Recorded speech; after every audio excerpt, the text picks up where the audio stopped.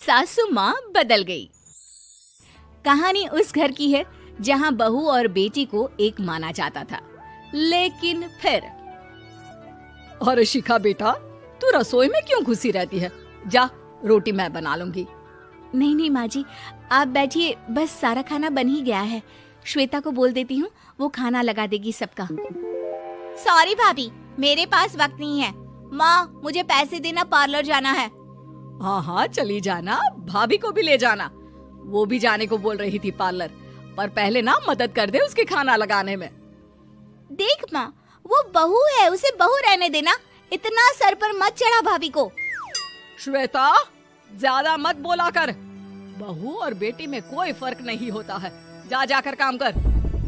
ननद को माँ का भाभी से इस तरह प्यार करना बिल्कुल अच्छा नहीं लगता।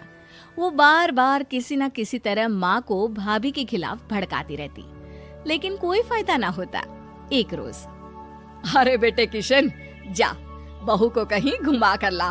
सारा दिन घर में काम करती रहती है। हाँ माँ, हम लोग जा रहे हैं ना गोवा। अच्छा जी, भाभी ने तो हमें बताया भी नहीं।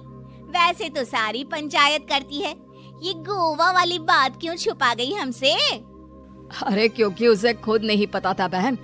मुझे टिकट सस्ती मिल रही थी तो मैंने बुक कर दिया। हाँ शिखा, पैकिंग कर ले, संडे हम जा रहे हैं गोवा। दोपहर में शिखा पैकिंग कर रही थी कि सास आ जाती है। ये क्या बहू, साड़ियाँ? अरे गोवा जा रही है घूमने या फिर शादी में मायके हैं? माँ जी, ऐसा कुछ है ही नहीं, समझ में नहीं आ रहा क्या रखूं कपड़े में। अरे तेरी और श्वेता की साइज तो एक ही है, उसके कुछ मॉडर्न कपड़े ले ले, आकर लौटा देना। हाँ माँ जी, ये ठीक रहेगा।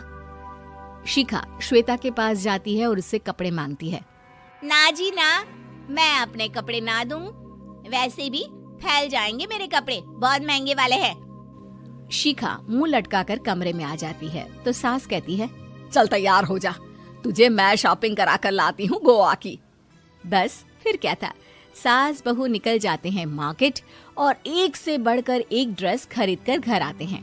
पहले बता देती कि नए कपड़े दिलाने वाली है भाभी को, तो मैं अपने ही दे देती ना भाभी को, मुझे दिला देती नए कपड़े। देख श्वेता, परिवार का मतलब सबके साथ रहना होता है, ना कि सिर्फ अपना सोचना। वैसे भी तुझे अच्छे संस्कार सीखने चाहिए। और रही बात कपड़ों की, तो शिखा, आज से घर पर भी तू मॉडर्न कपड़े ही पहनेगी। कोई जरूरत नहीं है ये साड़ी वाड़ी लपेटने की। अब क्या था, घर पर श्वेता और शिखा एक जैसे रहते। एक बार पड़ोसन आती है। अरे बेटा, अपनी माँ को तो बुलाना, जरा बात करनी है। शिखा सास को बताती है और रसोई में चली जाती है। ये आपकी बेटी बहुत बड़ी हो गई है, इसके लिए एक रिश्ता है, कहो तो बता दूं। ये बेटी नहीं बहू है, घर में सब एक जैसा ही रहता है। वैसे मेरी बेटी भी बड़ी हो गई है, कोई रिश्ता हो तो जरूर बताना। पड़ोसन रिश्ता लेकर उन लोगों के घर आती है। तब श्वेता की होने वाली सास कहती है, तो ये घर है, कितने मंजिल का है? और ये बहू ने आपकी क्या पहन रखा है, जीन्स टॉप? अरे भाई, साड़ी वाड़ी नहीं है क्या इसके पास? देखिए, सर्दी है तो साड़ी में बहू कैसे मैनेज करती, वैसे पहनती है साड़ी भी। देखिए, हम लोग ठहरे पैसे वाले लोग, कोई कमी नहीं है हम लोगों के पास पैसों की, बहुत पैसे हैं, जमीन, नौकर चाकर, कार, सब कुछ है, लेकिन घर में संस्कारी बहू चाहिए। समझ रही हैं ना आप? सास कुछ कहती कि श्वेता बोल पड़ती है, हाय रे, नौकर चाकर से लेकर जमीन, कार, पैसा, हाँ हाँ, मुझे रिश्ता मंजूर है, मंजूर है मुझे। अरे रुक जा श्वेता, मैं बात कर रही हूँ ना। देखिए, हम लोगों के घर इतनी आजादी नहीं मिलेगी। अरे हाँ कर देना माँ, हाँ कर दे जल्दी से। सास क्या करती, बेटी की शादी ऐसे घर में कर देती है जहाँ ना उनके विचार मिलते हैं और ना ही आचार। शादी के बाद एक रोज फोन पर, श्वेता बेटा, एक बार घर आ जा, बहुत दिल करता है तुझे देखने का। माँ, वो घर पर बहुत काम होता है, कैसे आऊँ? बड़ा घर है, लेकिन आने जाने वालों की लाइन ही लगी रहती है। बेटा मैं तो जानती थी उस घर का हाल, लेकिन तू ही नहीं मान रही थी। माँ देख, हर घर का यही हाल है। तेरी बेटी को यहाँ घूंघट हटाने की परमिशन नहीं है और एक तरफ भाभी स्कर्ट पहनकर घूम रही है। बेटा मुझे क्या पता था कि मेरी बेटी को ससुराल के नाम पर पिंजरा मिल जाएगा। अच्छा माँ, फोन रखती हूँ, सास को गर्मा गर्म रोटी खिलानी है। तुम लोगों की तरह नहीं कि एक रोटी बनाओ, एक सब्जी बनाओ, फिर सारा दिन फ्री होकर घूमो। सास फोन तो रख देती है, लेकिन सोच में पड़ जाती है कि एक तरफ बेटी जिसे कोई आजादी नहीं, वहीं दूसरी तरफ बहू जिसे देखकर लगता ही नहीं कि उसकी शादी भी हुई है। अगले रोज। शिखा, अरे ओ शिखा। हाँ माँ, क्या हुआ? कुछ चाहिए आपको? मैं जिम जा रही थी।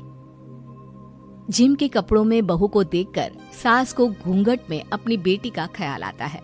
देख बहू, घर में बहू की तरह रहा कर। इतने टाइट कपड़े पहनकर जिम जाना पसंद नहीं मुझे।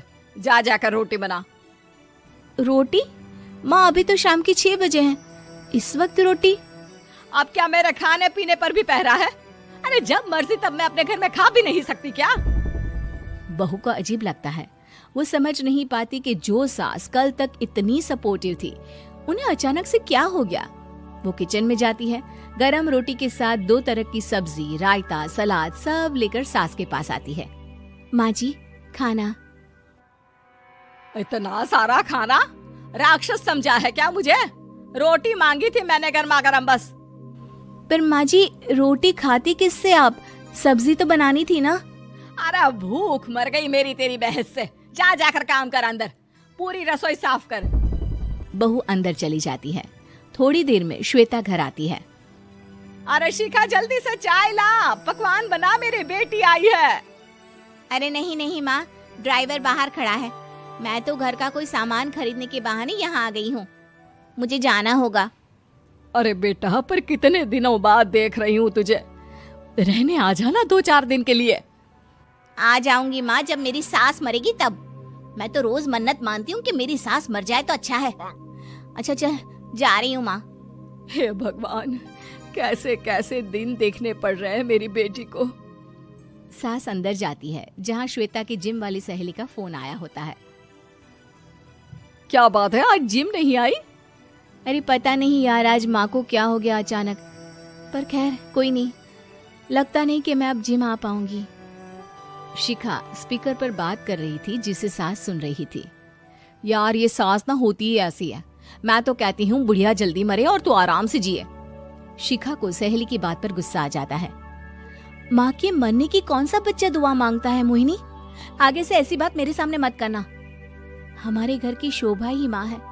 क्या हुआ जो थोड़ी शक्ति दिखा रही है? उसमें भी कोई ना कोई उनकी भलाई ही होगी। मैं तो कहती हूँ भगवान मेरे जैसी सास सबको दे, जो सिर्फ माँ की तरह है। सास वाली तो कोई बात ही नहीं है उनमें। सास ये बात सुन रही थी। उनकी आंख में आंसू आ जाते हैं कि क्यों वो बेटे की किस्मत में बहू को भी भागीदार बना रही थी।